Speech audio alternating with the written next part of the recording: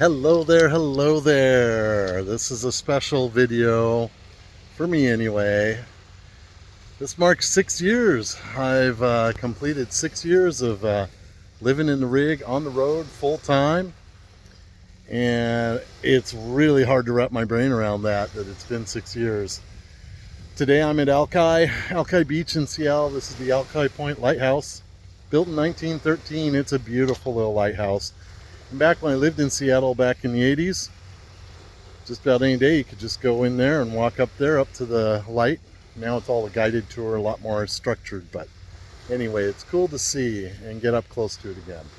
But I've been trying to think, what do I want to do for this video?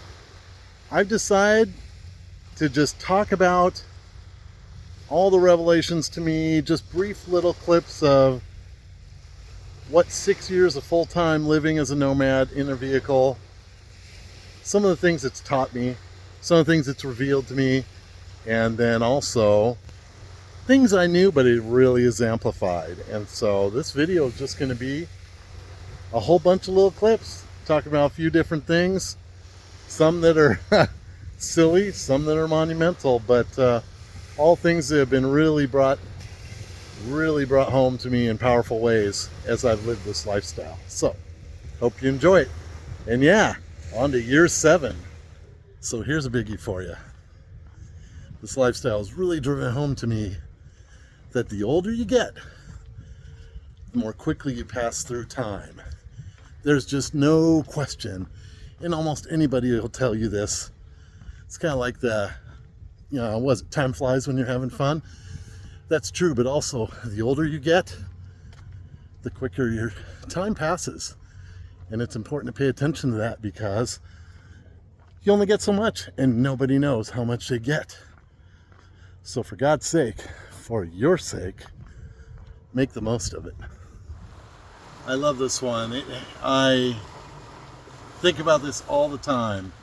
Only a few days go by before something happens that makes me realize I am just a tiny speck of dust, if that, in this on this earth, in this cosmos. And I love that feeling that I'm a part of everything and I'm so tiny. And I don't know, there's something about that just feels wonderful to know that, yeah, I'm all part of it. Just one tiny little part. And the world is so big and you can never see it all. And that's fine. I love the magic of all that. The less I judge, the more peaceful my energy becomes. That's got to be good for you.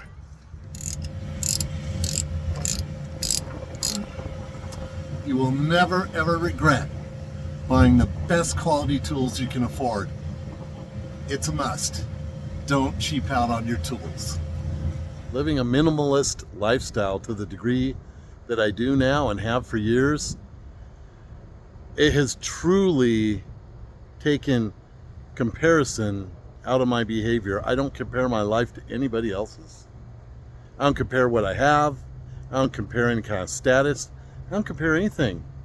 I just live my life in gratitude for what I have, and I don't give a damn what anybody else has or thinks they have. They think I should have. It doesn't matter.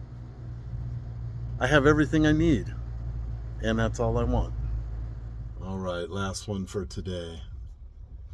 That is that living this lifestyle has shown to me that I am truly a solitary person. I recharge when I can withdraw and be alone and clear my mind and create.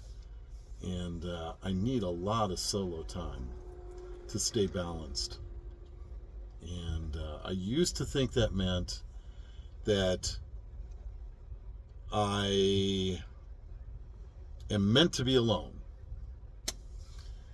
But I'm starting to see that a little differently. I'm starting to see that I just have to realize that, I need a lot of solo time to recharge and everything. But the reality is, the people I love that are in my life are huge to me, and I do need time with them. And I'm not a loner. I'm just kind of a solitary person. So this lifestyle has helped me kind of clarify that and learn the difference. And I appreciate that.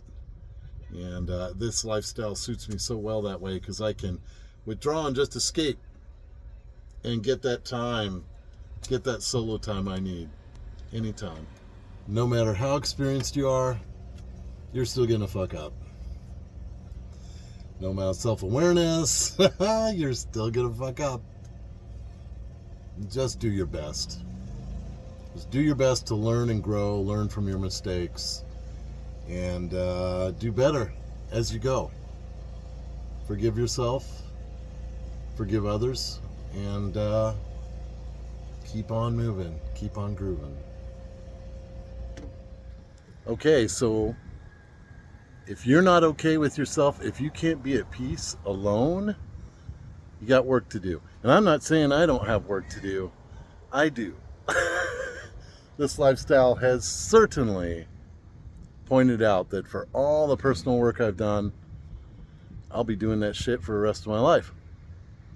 Not making a major faux pas anymore, but I still make mistakes. I still have a lot to learn about myself. And yeah, but I have learned that if you can't be at peace with yourself, if you can't be okay alone, you need to work on that, because when you're in a relationship, it can't be a need, it has to be a want.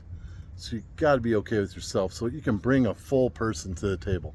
Not perfect, not flawless, that's never going to happen, but you sure as hell should be able to be okay with your own company.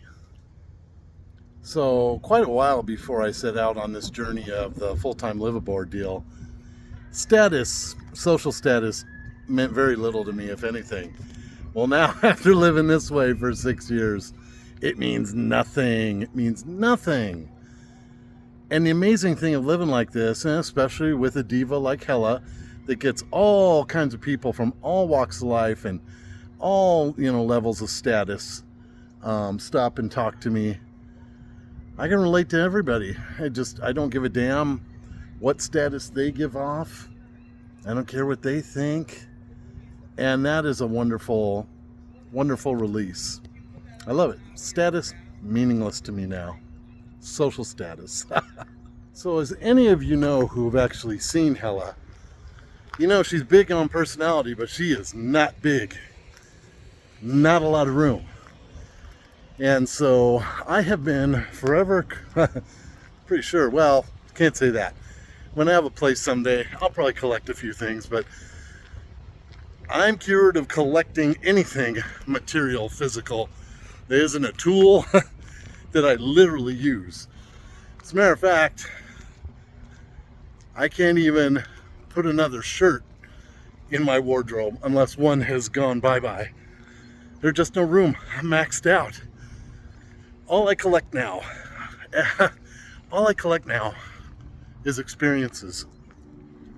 And it's wonderful. Oh, and magnets. Or stickers. More stickers than magnets. But yeah, so can't live in a space this small and collect a lot of stuff other than your experiences. And I love that. This is a biggie. The less you own, less material stuff you have, the freer you are. It's like a weight that lifts off of you. Not saying everyone should live as lean as I do.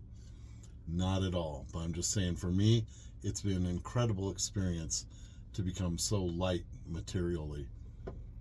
So, yeah, it definitely freedom.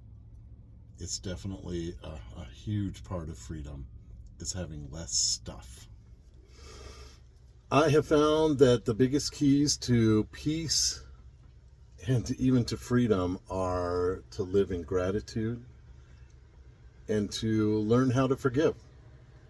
You got to forgive people who have harmed you. It doesn't mean you keep them in your life. It doesn't mean you don't learn from what they've shown you. But you need to let it go so you can be free. That's a trick. And of course, forgiving yourself, that's the hardest person to forgive most of the time. But you got to learn to do that too. So, hey, that's a biggie. And yeah, strangely enough, that's really been driven home to me living the way I live. Can't tell you exactly why without a huge explanation, but it has been. Problems totally suck. We hate them. We don't like them. Challenges, things we select, that's all right, but problems totally suck. But everybody deals with them, and the reality is they make you stronger. They teach you things if you're willing to learn instead of just react. If you're willing to just dig into it and see why it happened, figure it out, grow, and meet the challenge. Hey, buddy. And always pet dogs. Hi. Hi. Never miss a chance to pet a pup. Yeah. That's a really good one. So yeah, problems come and go. You remain. You got to figure them out and learn from them. So don't freak out too much. Take a breath and deal with it. Okay, this is a big one for me. I'm a firm believer in paper maps. Learn how to navigate with a compass and a paper map. And have paper maps of where you travel. I don't care if you can download your maps to your tablet or what have you. Tech can fail, and it does. Paper map, unless it blows away, and a compass, unless you lose it, they're going to work no matter what. So learn analog stuff. Learn how to use things that don't require power, so you're not so tech reliant. I guarantee you that's another thing you'll be grateful you figured out. Very much. And it's fun. It's way more fun. Nomad life is going to take you way outside of your comfort zone on the regular. And that's a real good thing. So I love that about this. So regarding going outside of your comfort zone, it's really important that if something scares you, you work out why it scares you. You understand where that fear comes from. If it's a rational fear or an irrational fear, what the root of it is.